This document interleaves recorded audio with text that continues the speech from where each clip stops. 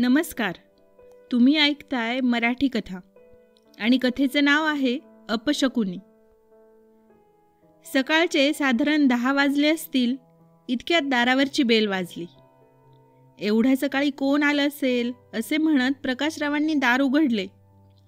समोर बघतात तर समोर अक्षय उभा होता. प्रकाशराव यांनी त्याला बघताच मिठी मारली.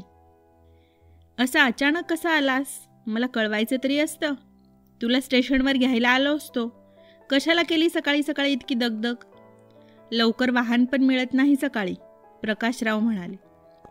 तुम्हाला आधीच कळलं असतं तर आता मला पाहिल्यावर तुमच्या चेहऱ्यावर जो आनंद दिसतोय तो मला कसा बघायला मिळाला असता, अक्षय म्हणाला. इतक्यात मालतीताई किचनमधून बाहेर आल्या. अक्षयला पाहून त्यांना सुद्धा खूप आनंद झाला. अरे अक्षय, असा अचानक आलास? हो मग, तुम्हाला सरप्राईज द्यायचं होतं मला. बरं बाबा, बोलण्यात तुला कोणी हरवू शकतं का? आणि गोष्टी नंतर होतील. आधी तू हातपाय धू, मी तुझ्यासाठी चहा नाश्ता घेऊन येते, असं म्हणत मालतीताई आतमध्ये निघून गेल्या. अक्षयसुद्धा फ्रेश व्हायला गेला. अक्षय प्रकाश यांचा भाचा, त्यांच्या बहिणीचा मुलगा. त्याचे आईवडील एका अपघातात गेल्यानंतर प्रकाशरावांनी अक्षयचे पालनपोषण केले. त्याला लहानाचे मोठे केले, शिकवले, चांगले संस्कार दिले. प्रकाशराव आणि मालतीताईंना 2 मुले, एक मुलगा आणि एक मुलगी. मुलीचं लग्न झालं आहे आणि मुलगा नोकरीनिमित्ताने बेंगलोरला असतो. अक्षय त्यांच्यासोबतच राहायचा. अक्षय नुकताच 6 महिन्यांपूर्वी आर्मीमध्ये जॉईन झाला होता. त्याचं लहानपणापासूनचं स्वप्न होतं आर्मीमध्ये जाण्याचं आणि त्याने ते पूर्ण देखील केलं होतं. अक्षय 2 ते 3 महिन्यातून त्याच्या मामा मामींना भेटायला यायचा. आजसुद्धा त्यांना नकळत सरप्राईज दिलं होतं.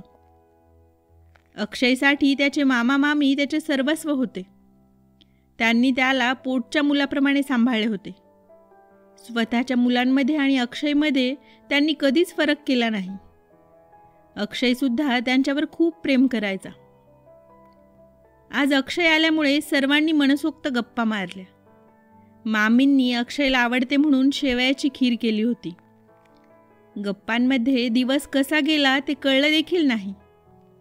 दुसऱ्या दिवशी सकाळीच मामा मामी लवकर उठून कुठेतरी जायची तयारी करत होते. अक्षय अजूनही झोपेतच होता. इतक्यात मामींनी त्याला आवाज दिला. अरे अक्षय, आम्ही गावाला जातोय. गायकवाडांच्या घरचे लग्न आहे. काल तुला सांगायचं विसरलो होतो. अक्षय झोपेतून उठला. मामा मामी संध्याकाळीच येणार होते. पूर्ण दिवस त्याला बोर झाला असता. इतक्यात मामा त्याला म्हणाले, तू आज एकटाच घरी असशील, त्यापेक्षा तू सुद्धा चल आमच्यासोबत. नाहीतरी तू बरेचदा गावात आलेला आहेस. तुझे काही मित्रसुद्धा आहेत तिथे. सर्वांची भेट होईल आणि तुलासुद्धा चांगलं वाटेल. ठीक आहे मामा, मी पण येतो, अक्षय म्हणाला. एकटं घरी राहण्यापेक्षा मामा मामींसोबत गेलेलं बरं. तसेही त्याचे लहानपणीचे मित्र आहेत गावात. त्यांचीसुद्धा भेट होईल हा विचार करून अक्षय गावी जायला तयार झाला. तिघेही तयारी करून गावी पोचले. लग्न लागायला अजून वेळ होता. अक्षय त्याच्या जुन्या मित्रांना भेटला. मामा मामी पाहुणे मंडळींना भेटण्यात व्यस्त होते. अक्षयसुद्धा त्याच्या मित्रांशी गप्पा मारत होता. इतक्यात त्याचे लक्ष समोर गेले. समोरून एक मुलगी येत होती. येताना तिची नजर कावरीबावरी होत होती. ती अंग चोरून चालत होती. खाली मान घालून तिच्या सोबतच्या इतर बायकांसोबत ती चालत येत होती. शेवटी ती जिथे बायकांच्या बसण्याची व्यवस्था केली होती तिथे जाऊन एका कोपऱ्यात अंग चोरून बसली. ती अजूनही खालीच पाहत होती. जणू काही इतरांपासून स्वतःला लपवत होती. अक्षयला तिच्या वागण्याचे नवल वाटले. ती असं का वागत आहे याचे त्याला कोडे पडले होते. तो आता बारकाईने तिचे निरीक्षण करत होता. नाही म्हणता म्हणता त्याची नजर आपसुकच तिच्याकडे वळायची. साधारण 20-22 वर्षाची मुलगी होती ती. दिसायला सुंदर, लांब केस, तिच्या डोळ्यात पाहणारा हरवून जाईल असे मोठे डोळे, चाफेकळीसारखे नाक आणि गव्हाळ वर्ण. पण ती अशी का वागत होती? सर्वांपासून स्वतःला लपवण्याचा प्रयत्न करत होती. तिथे बसलेल्या बायकासुद्धा तिच्याकडे बघून कमी आवाजात एकमेकींना काहीतरी सांगत होत्या. अशाने तिला आणखीनच अवघडल्यासारखं झालं होतं. आता अक्षयला आणखीनच कुतूहल वाटलं. तिच्याबाबत जाणून घेण्याची उत्सुकता निर्माण झाली. इतक्यात त्याचा मित्र सत्या तिथे आला. अक्षय बऱ्याच वेळेपासून तिच्याकडे पाहतोय हे बहुधा त्याला कळलं असावं. त्याने अक्षयला नजरेनेच खुणावले. अक्षयने काही नाही म्हणून नकारार्थी मान हलवली.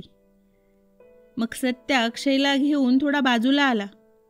अक्षयला त्याने विचारले, मघापासून तू रिद्धीकडे एकसारखा बघत आहेस, काय झालं? अच्छा, तर तिचं नाव रिद्धी आहे. नाव छान आहे, अक्षय मनातल्या मनात म्हणाला. अक्षय काही बोलत नाही म्हटल्यावर सत्याने त्याला पुन्हा विचारले, काय झालं? प्रेमात बिमात पडलास की काय तिच्या? छे, काहीतरीच काय तुझं. ती आल्यापासून थोडीशी वेगळी वागत आहे, जणू काही कुणाला तरी भीत आहे म्हणून पाहत होतो, अक्षय म्हणाला. बरं झालं प्रेमात नाही पडलास ते. का पण? जर प्रेमात पडलो असतो तर काय झालं असतं? तसं काही नाही, पण ही अपशकुनी आहे असं म्हणतात. पण असं का? अरे, मागच्या वर्षी हिचं लग्न ठरलं होतं कुसापूरच्या सावकाराच्या मुलासोबत.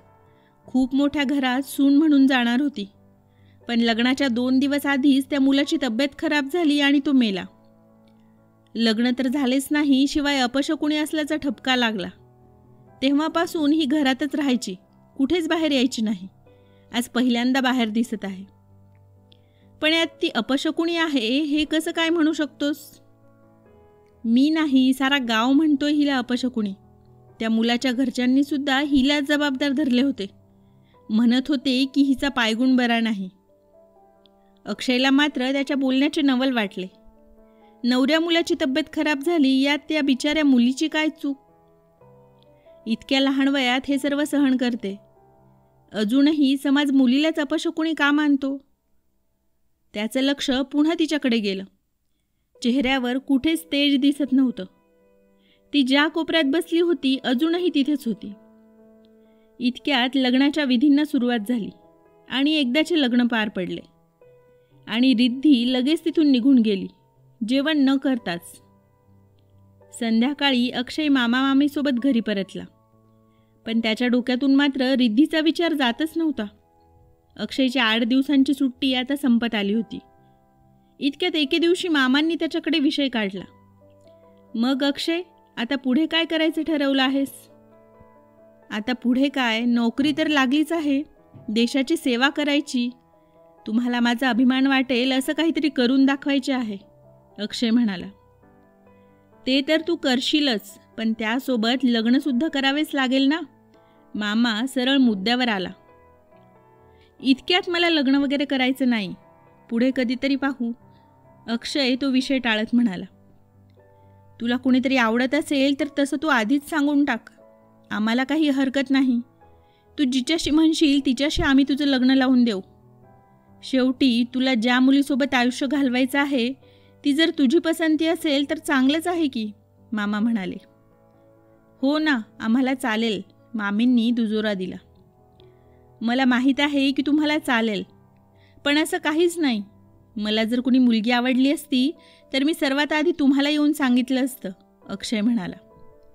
तसं असेल तर मग आम्हाला तुझ्यासाठी मुलगी पसंत करू दे ना, म्हणजे आम्ही तुला काही मुली दाखवू, तुला जी आवडेल तिच्याशी तुझं लग्न लावून देऊ. एकदा का तुझं लग्न झालं म्हणजे आम्ही मोकळे, मग आम्हाला तुझी इतकी काळजी राहणार नाही. आम्ही असताना तुझे 2चे 4 हात झालेले पाहायचे आहे. आमचं काय, आम्ही आज आहोत उद्या नाही, मामा म्हणाले. असं काहीही बोलू नका मामा, तुम्हाला माहीत आहे ना आम्ही तुमच्याशिवाय नाही राहू शकत ते. तुम्हा दोघांशिवाय मला आहे तरी कोण? तुम्हाला जे बरे वाटेल ते करा, मी तुमच्या शब्दाबाहेर नाही. ठीक आहे, मग आपल्या गावातच 2 मुली आहेत. कालच रमेश काकांनी तुझ्यासाठी 2 स्थळं सुचवलेत. आपण एकदा त्यांना पाहून घेऊ, मामा म्हणाले. अच्छा, म्हणजे तुम्ही पूर्ण तयारीतच आहात तर, अक्षय हसून म्हणाला. हो मग, लग्न म्हटल्यावर तयारी तर हवीच, मामी हसत म्हणाल्या. आणि लगेच 2 दिवसांनी मामा मामी अक्षयला घेऊन त्यांच्या गावी गेले. आज मुलीला पाहण्याचा कार्यक्रम होता. मुलीच्या घरचे पाहुण्यांची वाटच पाहत होते. पाहुणे घरी पोचताच त्यांची गडबड सुरू झाली. पाहुण्यांना हातपाय धुवायला सोय म्हणून बाहेरच्या अंगणातच पाण्याची बादली आणि पाट ठेवला होता. सर्वांनी हातपाय धुतले आणि ते हॉलमध्ये जाऊन बसले. हॉलमध्ये गेल्यावर चहा पाणी झाले. मुलीच्या घरातील ज्येष्ठ मंडळी आणि मामा मामी आपापसात चर्चा करत होते. अक्षय मात्र चुपचाप एका कोपऱ्यात बघत बसला होता. असं मुलगी पाहायला तो पहिल्यांदाच आला होता. त्याला थोडं अवघडल्यासारखं होत होतं. अक्षय हॉलमध्ये इकडे तिकडे बघत होता. इतक्यात त्याचे लक्ष भिंतीवरील फोटोकडे गेले. तिथे त्यांच्या कुटुंबाचे फोटो लावलेले होते. फोटो बघताना एका चेहऱ्यावर अक्षयची नजर थांबली. त्याने तो चेहरा कुठेतरी पाहिला होता, पण कुठे पाहिला असेल तो विचार करतच होता आणि अचानक त्याला आठवले, ही तर रिद्धी, त्या दिवशी लग्नात पाहिलं होतं तिला, म्हणजे हे रिद्धीचे घर आहे. परत त्याच्या डोक्यात रिद्धीचे विचार यायला लागले. बिचारीसोबत खरंच खूप वाईट घडलं होतं आणि इतक्या कमी वयात तिच्यावर समाजाने अपशकुनी असल्याचा ठपका लावला होता. काय परिणाम झाला असेल तिच्या मनावर या सर्वांचा. बेटा, आता कुठे पोस्टिंग आहे तुझी? एका वयस्कर व्यक्तीने त्याला हा प्रश्न विचारला. बहुतेक मुलीचे मोठे बाबा असावेत. त्यांच्या या प्रश्नाने तो रिद्धीच्या विचारातून बाहेर आला. सध्या काश्मीरला पोस्टिंग आहे, अक्षयने उत्तर दिले. किती दिवसांची सुट्टी आहे? 8 दिवसांची सुट्टी घेतली होती, आज 4 दिवस झालेत, अक्षयने माहिती दिली. इतक्यात त्यांनी मुलीला पाठवा अशी सूचना केली आणि थोड्याच वेळात एक साधारण 20 वर्षाची मुलगी आतमध्ये आली. त्या वयस्कर व्यक्तीने तिला जवळच असलेल्या एका खुर्चीत बसायची सूचना केली. त्यानुसार ती मुलगी तिथे जाऊन बसली. मुलगी दिसायला छान होती, साधारण उंचीची, सडपातळ बांधा, मोठे डोळे, थोडीफार रिद्धीसारखीच दिसायला होती. ती खाली मान घालून खुर्चीत बसलेली होती. मामा मामी तिला प्रश्न विचारत होते. मुलीचं नाव रिया होतं. 12वीपर्यंत शिकलेली होती. तिला स्वयंपाकाची आवड होती. रिया रिद्धीच्या काकांची मुलगी होती. ते सर्व कुटुंब एकत्रितपणे एकाच घरात राहायचे. रिद्धी कुठेच आसपास दिसत नव्हती. मामी तिला प्रश्न विचारत होती आणि अक्षय नुसताच बसलेला होता. ज्येष्ठ मंडळींची बोलणी आता जवळपास पूर्ण झाली होती. अक्षय मात्र रिद्धीच्या विचारात हरवला होता. आता तिथून निघण्याची वेळ झाली होती. मुलगी पसंत आहे की नाही हे घरी जाऊन कळवणार होते. इतक्यात अक्षय अचानकपणे उठला आणि त्या वयस्कर गृहस्थाकडे गेला आणि म्हणाला, रिया खूप छान मुलगी आहे. तिला कोणीही अगदी पहिल्याच नजरेत पसंत करेन. पण तुमची हरकत नसेल तर मला रिद्धीशी लग्न करायचे. मी त्या दिवशी तिला लग्नात पाहिलं होतं. इथे आलो तेव्हा मला माहीत नव्हतं की हे रिद्धीचं घर आहे. पण नंतर मी जेव्हा या भिंतीवरील फोटो बघितले तेव्हाच मला कळलं. मला माहीत आहे की रियाला पाहायला आल्यावर रिद्धीसाठी मागणी घालणं बरोबर नाही. पण मला जे वाटलं ते मी प्रामाणिकपणे तुम्हाला सांगतोय. माझ्या मनात रिद्धी असताना मी तिच्या बहिणीसोबत लग्न करणे चुकीचे आहे. अक्षय जे बोलला ते सर्वांसाठी अनपेक्षित होतं. मामा मामींना तर क्षणभर तो काय बोलत होता ते कळलंच नाही. रिद्धीच्या घरच्यांना सुद्धा याची अपेक्षा नव्हती. त्यावेळी काय बोलायचं हे कुणालाच सुचलं नाही. पण तुम्हाला रिद्धीबद्दल काही माहिती नाही? मला सर्व माहीत आहे, त्यांना मध्येच थांबवत अक्षय म्हणाला. आता मात्र यावर काय प्रतिक्रिया द्यावी हे त्यांना कळत नव्हते. किंबहुना या प्रश्नासाठी ते तयारच नव्हते. तरीही त्यांच्यातील वयस्कर व्यक्तीने मध्यस्थी करत म्हटले, माफ करा, पण आम्ही यावर विचार करून तुम्हाला कळू. ठीक आहे, मामा म्हणाले. आणि ते तिघेही तिथून निघून घरी आले. घरी आल्यावर सर्वप्रथम मामा मामींनी अक्षयची चांगलीच कानउघाडणी केली. ही काय बोलायची पद्धत झाली का मोठ्यांच्यामध्ये? मामा म्हणाले. सॉरी मामा, पण मला तेव्हा काही सुचलंच नाही. माझ्या मनात जे आलं ते मी बोललो. खरंच सॉरी. पण मला रिद्धी खरंच आवडली होती आणि तिथे गेल्यावर अचानकपणे समजले की ते रिद्धीचे घर आहे, अक्षय म्हणाला. अरे पण बोलण्याची एक पद्धत असते. आधी आम्हाला सांगायचं. आणि रिद्धीच्या आधीच्या लग्नाच्या वेळी काय झालं ते तुला नाही माहीत, मामी म्हणाल्या. मला माहीत आहे मामा, पण यात तिची काय चूक? त्या मुलाची तब्येत खराब झाली म्हणून तो वारला. म्हणून काय रिद्धीने संपूर्ण आयुष्य तसंच काढायचं? तिचं वय तरी काय? अक्षय काकुळतीने बोलत होता.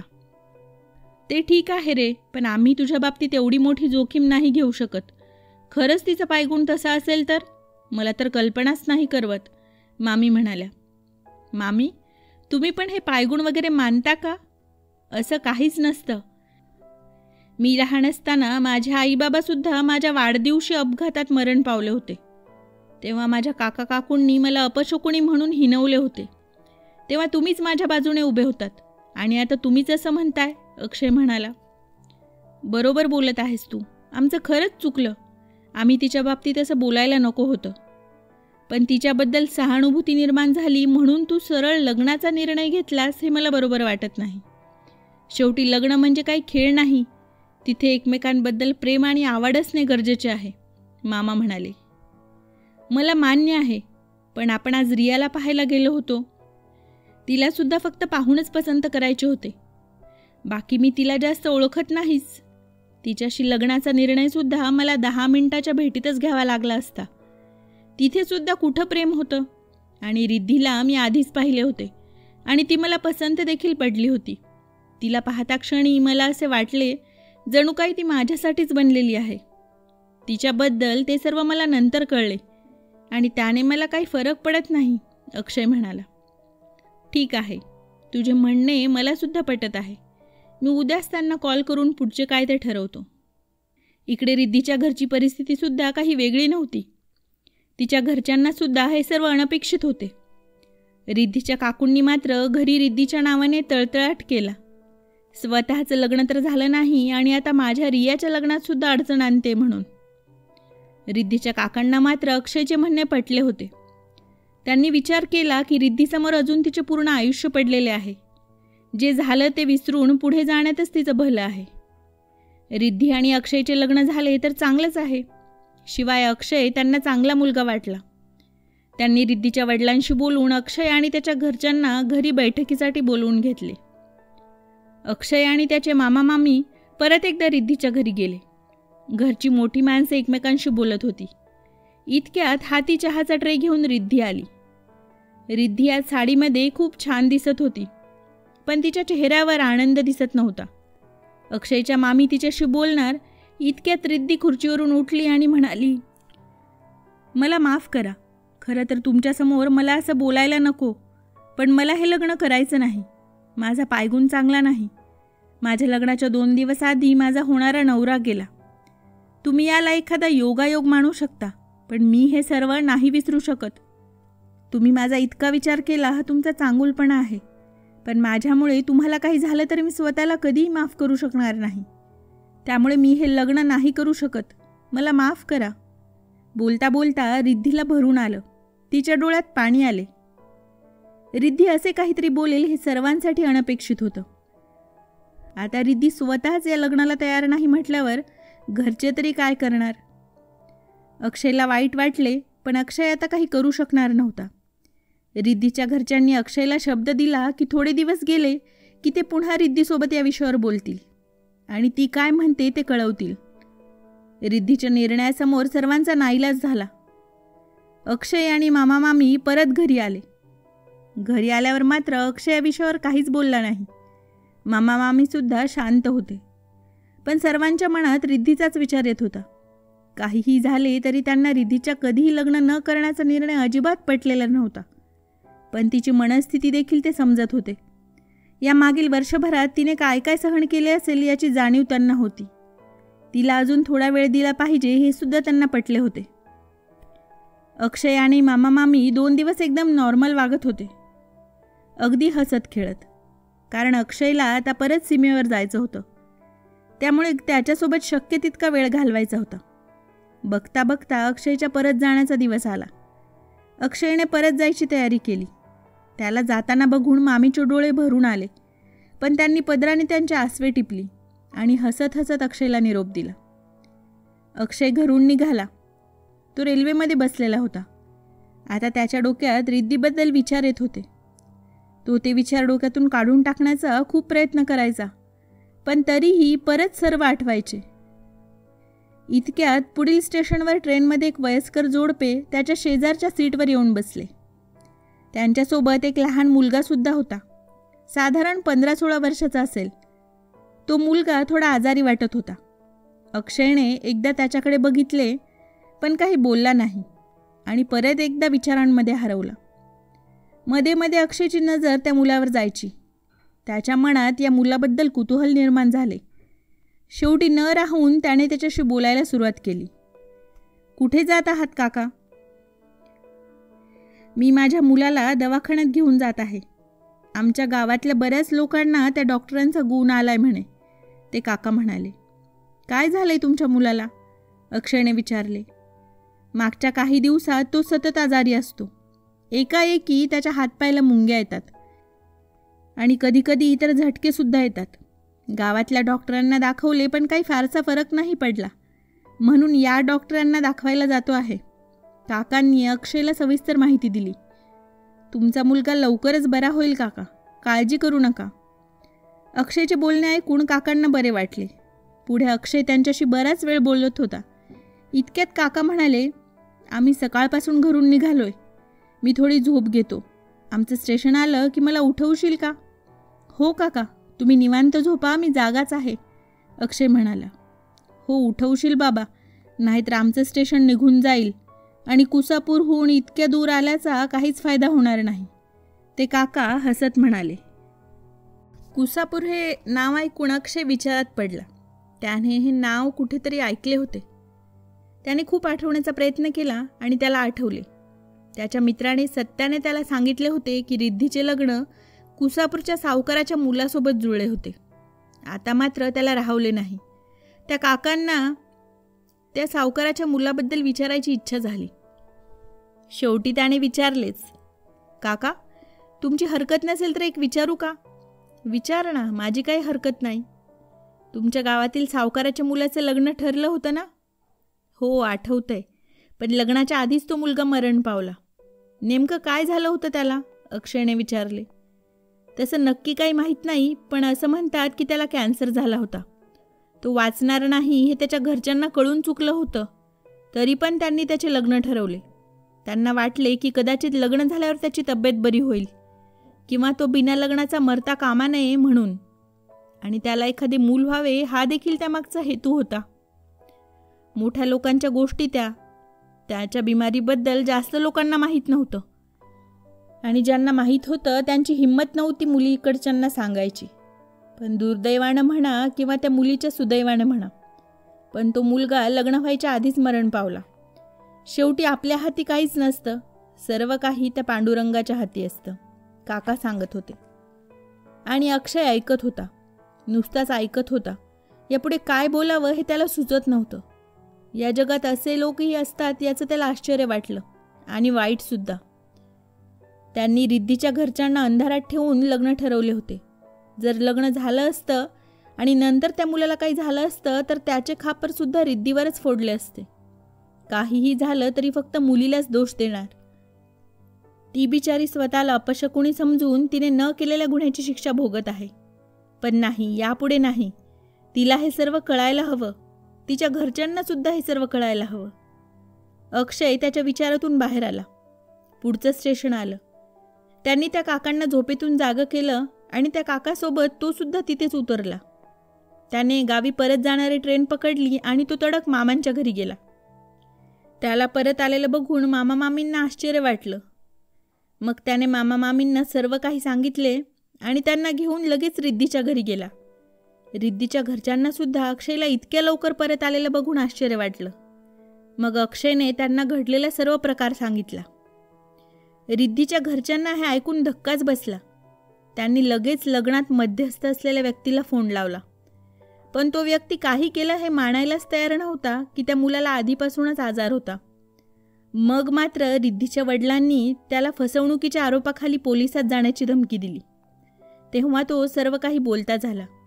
त्याने कबूल केले की त्याने रिद्धीच्या घरच्यांना फसवून हे लग्न केले होते. त्यासाठी मुलाकडून त्याला मोठी रक्कम मिळाली होती. हे ऐकून रिद्धीच्या घरच्यांचे जणू अवसान गळाले. फक्त चांगलं श्रीमंत घर आहे म्हणून आपण नीट चौकशी न करता रिद्धीचं लग्न त्याच्या मुलाशी लावून द्यायला निघालो होतो, याचा त्यांना पश्चाताप झाला. अक्षयराव, आज फक्त आणि फक्त तुमच्यामुळे आम्हाला सत्य काय आहे ते कळालं. नाहीतर आमची रिद्धी आयुष्यभर या ओझ्याखाली राहिली असती की तिच्यामुळेच या मुलाचे वाईट झाले. तुम्ही आज आमच्यावर फार मोठे उपकार केलेत, रिद्धीचे वडील म्हणाले. यात उपकार कसले, ते तर माझं कर्तव्य आहे. कुणाही निर्दोष व्यक्तीला त्याने न केलेल्या गुन्ह्याची शिक्षा भोगायची गरजच नाही. आणि मुळात शकून अपशकून या गोष्टी मी मानतच नाही. पण रिद्धीच्या मनातील गैरसमज दूर व्हावा आणि ती पुन्हा आनंदी राहावी म्हणून मी तातडीने परत आलो आणि तुम्हाला याबाबतीत माहिती दिली, अक्षय म्हणाला. तरीही तुमचे मानावे तेवढे आभार कमीच आहेत. देवाने तुम्हाला जणू काही आमच्या रिद्धीच्या आयुष्यातील अंधार दूर करायलाच पाठवले होते. देव चांगल्या व्यक्तीसोबत नेहमीच चांगले करतो. कधी कधी वेळ लागतो, पण चांगले नक्कीच होते. मी तर केवळ निमित्त ठरलो, अक्षय म्हणाला. रिद्धीच्या घरी आज आनंदी आनंद झाला होता. मागच्या वर्षभरापासून ते सर्वजण ज्या तणावाखालून जात होते तो तणाव आज पूर्णपणे निवळला होता. हे सर्व जेव्हा रिद्धीला कळले तेव्हा तिला फार मोठा धक्काच बसला. यावर काय बोलावे हे तिला कळेच ना. इतक्यात अक्षयने सर्वांचा निरोप घेतला आणि तो परत दुसरी ट्रेन पकडून ड्युटीवर परतला. असेच काही दिवस गेले. आता रिद्धीसुद्धा सावरत होती, हळूहळू नॉर्मल होत होती. पुढे काही दिवसांनी रिद्धी आणि अक्षयच्या घरच्यांनी त्या दोघांचे लग्न ठरवले. अक्षय जेव्हा परत सुट्टीमध्ये घरी आला तेव्हा घरच्यांनी त्याचा आणि रिद्धीचा साखरपुडा उरकला आणि पुढे काही दिवसांनी दोघांचे लग्नसुद्धा झाले. रिद्धी अक्षयची बायको बनून घरी आली. रिद्धी एक चांगली बायको बनण्याचा पुरेपूर प्रयत्न करत होती. मामा मामीसुद्धा तिला अगदी आपल्या लेकीप्रमाणे वागवायचे. पण आधीच्या लग्नाच्या वेळी जे काही घडलं होतं त्या गोष्टी तिला राहून राहून आठवायच्या. अक्षयला तिची मनस्थिती कळत होती, त्यामुळे त्याने तिला हे सर्व स्वीकारायला वेळ देण्याचे ठरवले. त्याने सुरुवात मैत्रीतून केली. रिद्धी आणि अक्षयची मैत्री झाली. हळूहळू दोघांच्या मनातील अंतर कमी होऊ लागले. रिद्धी अक्षयला समजून घेत होती, त्याच्या आवडीनिवडी जाणून घेत होती. अक्षयने कधीही तिच्यावर बायको म्हणून अधिकार गाजवण्याचा प्रयत्न केला नाही, ना कधी तिच्या बाबतीत कुठलाही धसमसुळेपणा केला नाही. त्याला रिद्धीला प्रेमाने जिंकायचे होते, मग त्यासाठी कितीही वाट पाहायची त्याची तयारी होती. अक्षयच्या चांगुलपणाने रिद्धीच्या मनाचा ताबा घेतला होता. दोघेही एकमेकांना समजून घेत होते. पण अक्षयच्या सुट्ट्या आता संपत आल्या होत्या. त्याला ड्युटीवर जावे लागणार होते. अक्षयने जायची तयारी केली आणि तो रिद्धीला लवकर परत येण्याचे वचन देऊन परत गेला. रिद्धीला त्याला तिच्या मनातील त्याच्याबद्दल असणाऱ्या भावना बोलून दाखवायच्या होत्या, पण ऐनवेळी ती काहीच बोलू शकली नाही. अक्षय तिकडे ड्युटीवर असताना रिद्धी मात्र सतत त्याच्याच विचारात असायची. तिला जणू सतत भास व्हायचा की अक्षय तिच्या जवळच आहे.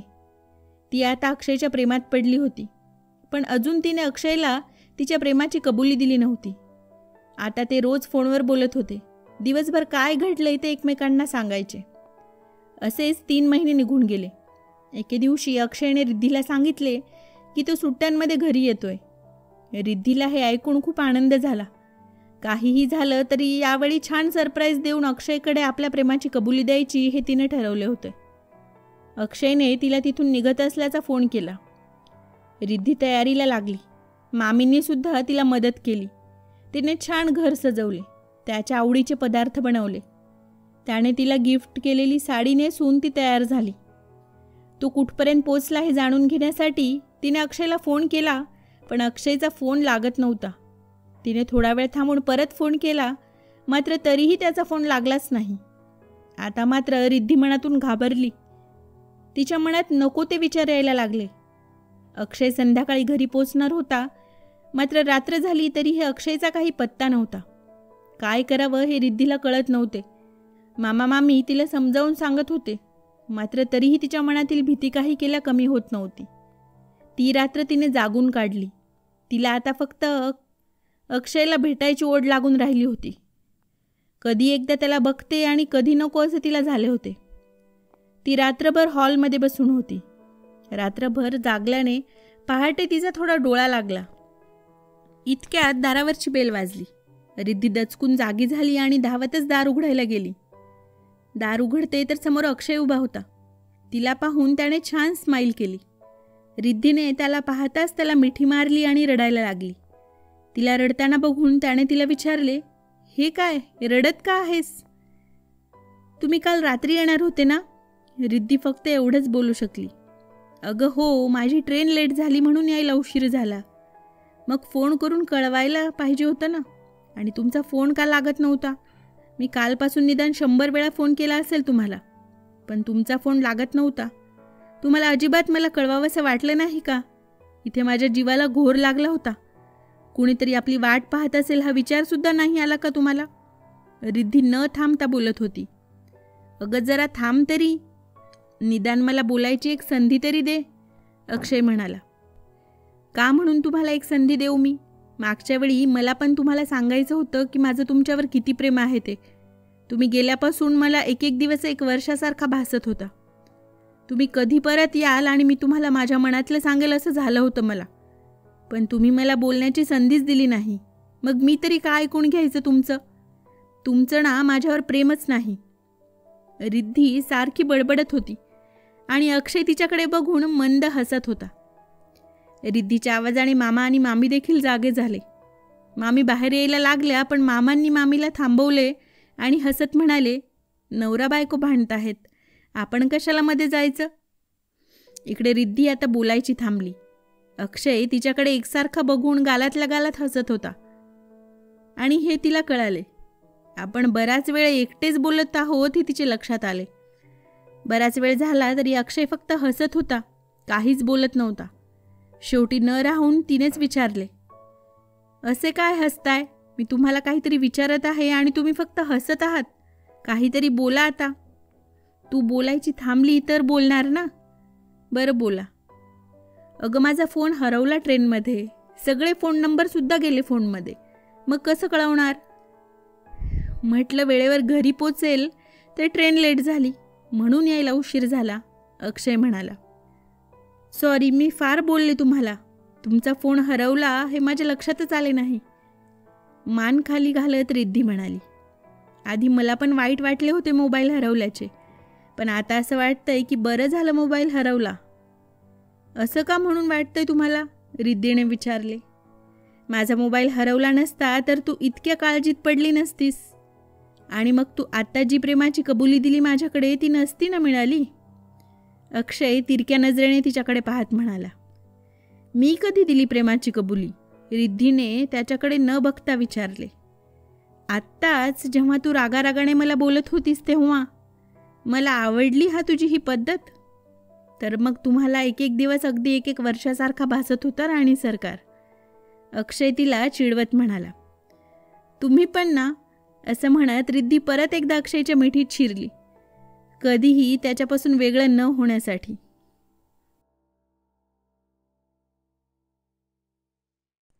व्हिडिओ आवडला असेल तर लाईक, शेअर आणि कमेंट नक्की करा. आणि अशाच नवनवीन कथा ऐकण्यासाठी आमच्या मितवा या चॅनलला सबस्क्राईब करायला विसरू नका. धन्यवाद.